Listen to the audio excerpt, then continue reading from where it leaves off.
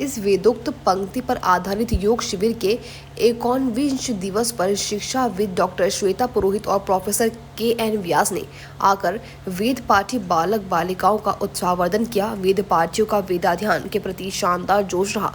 प्रशिक्षु ने रुद्र सूक्त, पुरुष सूक्त, गणपति पाठ आदि का स्वस्वर वाचन किया। अपने इसी उद्देश्य को लेकर के 7 वर्ष पूर्व हमने संस्कार शिविर का आयोजन किया। तब से अब तक ये अनवरत है। कोरोना के समय में हमने इसको ऑनलाइन किया और बच्चों ने बहुत ही अच्छे तरीके से इसमें पार्टिसिपेट किया। गुणानाम आदानम का तात्पर्य होता है कि गुणों का विकास करना और दोषानाम अपनयन का मतलब दोषों को मिटाना। हमारे अंदर 3 तरह के दोष हैं। पहले तो 2 तरह के दोष है, एक तो बाह्य दोष और एक आंतरिक दोष। बाह्य दोष हमारे शारीरिक दोष होता है जिसमें हमारी बीमारियां होती है, और आंतरिक दोष होता है हमारे मानसिक दोष। तो मंत्रों के माध्यम से और वेद के यज्ञ के माध्यम से हम अपने बाह्य दोषों को दूर करते हैं और मंत्रों के उच्चारण और योग के माध्यम से हम अपने आंतरिक दोषों को दूर करते हैं।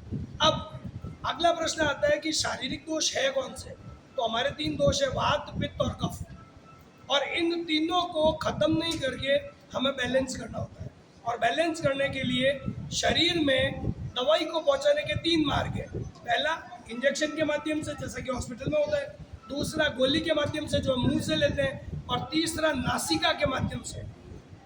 इंजेक्शन रिएक्शन कर सकता है, गोली रिएक्शन कर सकती है, लेकिन नासिका के माध्यम से शरीर उतना ही ग्रहण करेगा जितनी शरीर को आवश्यकता है। तो यज्ञ के माध्यम से, विभिन्न औषधियों की आहुतियों के माध्यम से हम अपने शरीर को निरोगी रख सकते हैं, और यही हमारे संस्कार शिविर का लक्ष्य है। यहाँ पर शुक्ल यजुर्वेद से संबंधित रुद्राष्टाध्यायी, श्री सूक्त, पुरुष सूक्त, भद्र सूक्त, रुद्र सूक्त, गणपति स्मरण, विभिन्न देवी देवताओं के स्मरण आदि के पाठ आप देखेंगे बच्चों को कंठस्थ हो चुके इतने दिनों के अंदर। इसके साथ साफा बांधना, किस तरीके से विभिन्न प्रकार के साफे बांधे जाते हैं। इसके साथ एक चवरी बांधने का होता है जिसको अपन मंडप बोलते हैं। तो आप ये भी देखो कि छोटे छोटे बच्चे मंडप को भी कुर्सी पे चढ़ के बांध लेते हैं।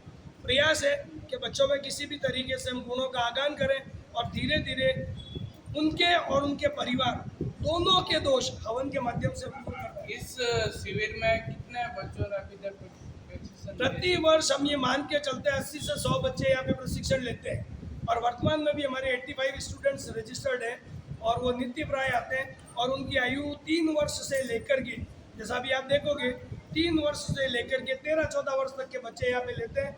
बहुत ही सुंदर तरीके से पाठ करते हैं। संस्कारवान माता पिता के बच्चे हैं जो यहाँ पे नियमित तौर पे आते हैं और यहाँ पे मेरे आने के पूर्व सारी व्यवस्थाएं स्वयं करते हैं, और पाठ समाप्त होने के पश्चात भी सारी व्यवस्थाओं को अपने तरीके से देखते हैं। तो जिस तरीके के गुण हम बच्चों में बचपन में डाल देंगे, वैसे ही वो पेड़ की तरह बड़े होंगे। तो हमारा प्रयास है कि छोटे से बच्चों में ही हम इन बातों का रोपण करें ताकि गुणों का आगान हो सके और दोषों को दूर किया जा सके।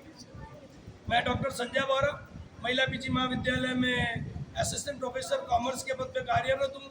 85 बार मैंने अपना रक्तदान कर दिया है, 40 बार मैंने एसटीबी डोनेट कर दिया है। भारत के जाने माने 20 जो ज्योतिषविद हैं उनमें कहीं पे एक नाम मेरा भी है, और कई बार ज्योतिष सम्मेलनों में जा चुका हूँ। और प्रयास यही करते हैं कि समाज में, समाज तो क्या है, समाज मेरा परिवार है। अगर हम वेद को उठा करके देखें तो वासुदेव कुटुंबकम इसकी परिभाषा है। पूरा पृथ्वी मेरा परिवार है, और इसी भावना को यदि सभी व्यक्ति आत्मसात कर लेंगे तो सारी परेशानियां स्वतः खत्म हो जाएगी। बहुत बहुत धन्यवाद। जय भारत, जय हिंद। स्कूलों की छुट्टियां हो गई, तो हम लोग इन बच्चों में, हमारे 16 संस्कार हिंदुओं में होते हैं, वो उनको संस्कारित करने के लिए हम ये कैंप की एक प्रोग्राम रखते हैं।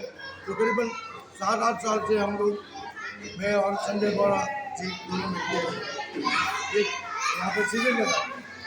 इस शिविर में हमारा उद्देश्य इतना ही है कि अच्छे से अच्छे संस्कार बच्चों तक जाए, जो कि आने वाली पीढ़ी के लिए ये संस्कार कहीं पे भी नहीं मिलते। ये अपने परिवार से ही संस्कार सीखते हैं। ये संस्कार सिखाने के लिए कि हमारे 16 संस्कार क्या है हिंदुओं में, तो जैसे कान छेद संस्कार है, जनेऊ का संस्कार है, टीका का संस्कार है, ऐसे ही पगड़ी बांधना भी अपना संस्कार में आता है। मैं इनको पगड़ी बांधना सिखाता हूँ, जिसे हम सापा बांधना कहते हैं। सापा किसे कहते हैं, पेचा किसे कहते हैं, घटा किसे कहते हैं, इसके बारे में इनको नॉलेज देने की कोशिश करते हैं। दूसरा हमारा उद्देश्य ये है कि इन गर्मी की छुट्टियों में बच्चे जो घर से बाहर धूप में नहीं निकलते, तो हम यहाँ पे मंदिर के एक छोटे से हॉल में इनको शाम के समय में बुला के इनको सिखाने की कोशिश करते हैं, जिसमें साफा है, मंडप बांधते जैसे चौरी बोलते हैं हम मारवाड़ी में, चौरी है, यज्ञ करने की विधि है, यज्ञ कैसे किया जाता है, ये अपने हिंदुओं में संस्कारित प्रोग्राम में आते हैं या संस्कार में आते हैं। तो आज की डेट में हमारे पास लम 70 से 80 बच्चे यहाँ पे रोजाना आ रहे हैं और ये कैंप हम निःशुल्क चलाते हैं, इसमें कोई शुल्क नहीं लेते, मगर बच्चों का भी इंटरेस्ट देख लो आप, कितने बच्चे हैं, सारा इंटरेस्ट लेके सीख रहे हैं। तो ऐसे अगली पीढ़ी को देने के लिए जो हमारे पास है, हमारे बुजुर्गों ने दिया है, वो अगली पीढ़ी तक पहुंचाने के लिए हम ये शिविर कर रहे हैं, ताकि अच्छे से अच्छे संस्कार यहाँ से इनमें बच्चों तक जाए। सर आपका परिचय? मेरा नाम प्रमोद मिश्रा है और मैं रेलवे में कार्यरत हूँ और वहाँ की छुट्टी होने के बाद शाम को 5:30-6 बजे मैं इस कैंप में आता हूँ और ये करीबन 7-8 साल से हमारा कैंप गर्मी की छुट्टियों में आशापुरा माता के मंदिर में बिट्टो के चौक में हम लोग लगाते हैं। ठीक है।